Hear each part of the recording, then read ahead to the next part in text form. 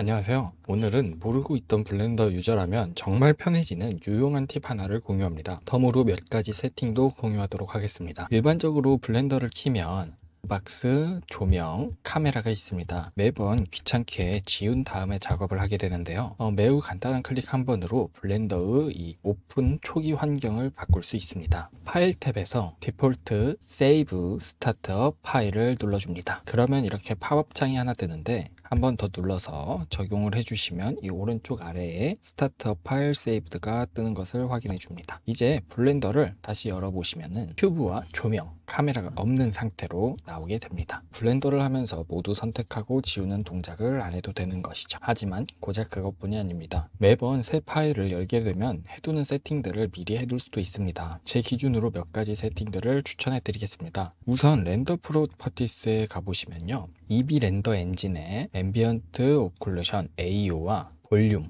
그리고 스크린 스페이스 리플렉션을 켜주겠습니다. EB 렌더링 환경에서 별도 설정 없이도 나름의 퀄리티 업을 시켜주는 기능들입니다. 다음은 렌더 엔진을 사이클로 바꾸겠습니다. 디바이스를 GPU로 변경해 줄게요. 샘플링의 맥스 값을 저는 100으로 하겠습니다. 그리고 디노이즈를 체크하도록 하겠습니다. 렌더에 있는 맥스 샘플 값도 저는 100으로 줄이도록 하겠습니다. 다시 렌더 엔진은 EB로 돌려두도록 하겠습니다. 다음은 쉐이딩 탭에서 월드 오브젝트 쉐이드 타입에 진입해 줍니다. 환경 텍스처 노드를 꺼내고 블렌더의 기본 환경 맵인 포레스트를 넣어줬습니다. 다음은 Shift A를 눌러서 컬러 조합 노드, 컬러 노드를 꺼내서 텍스처와 배경 노드의 사이에 넣어줬습니다. 다음은 또 Shift A를 눌러서 인풋에 가보시면 라이트 패스가 있습니다. 라이트 패스 이스 카메라 레이를 팩터 값에 연결해 줍니다. 다음은 쉐이드 타입을 다시 오브젝트 타입으로 돌려놓고 레이아웃 탭으로 이동해 주겠습니다. 이제 아웃라이너 창에서 컬렉션도 저는 지우겠습니다. 다음은 이 깔때기 표시를 눌러서 셀렉터블과 디서블 인 피보트도 켜줍니다.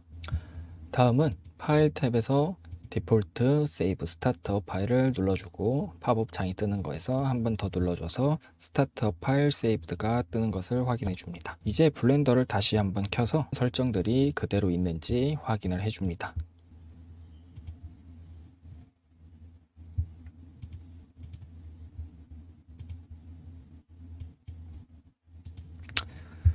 좋습니다. 이제 블렌더를 할 때마다 귀찮게 했던 몇 가지 작업들을 하지 않고 블렌더를 사용할 수 있게 되었습니다.